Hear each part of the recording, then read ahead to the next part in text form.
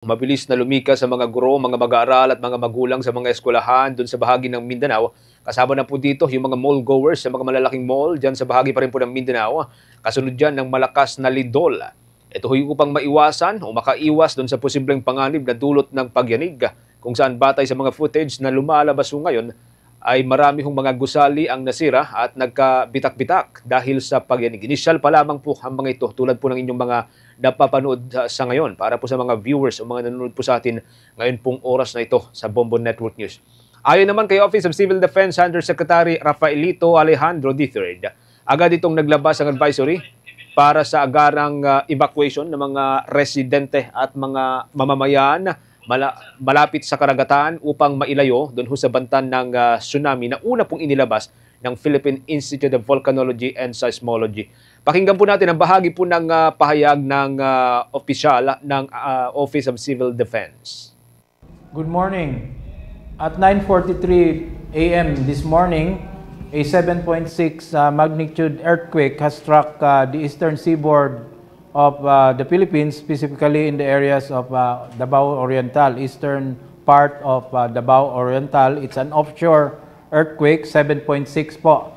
So right now, as we speak, a tsunami warning has been issued, urging people in the coastal communities of the following provinces to immediately evacuate to higher grounds or move further inland.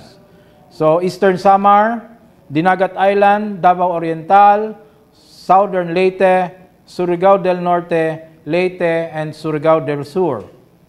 So owners of boats in harbors, coastal areas of those above-mentioned provinces should secure their boats and move away from the waterfront. Boats already at sea during this period should stay offshore in deep waters until further notice. So as we speak, information from PHIVOLCS state that the first wave is expected between 9:43 up to 11:43 a.m. So we urge everybody to cooperate and execute evacuation procedures. So these are the initial information that we get. We urge these coastal communities to be on alert and immediately evacuate to higher grounds until further notice.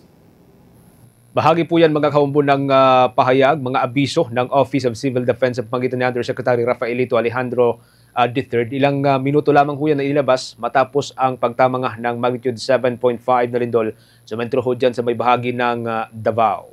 For the most trusted source of news and information, visit our website at www.bomboradio.com. Follow us on Bombo Radio mobile app, Facebook, YouTube, TikTok, and X, formerly Twitter.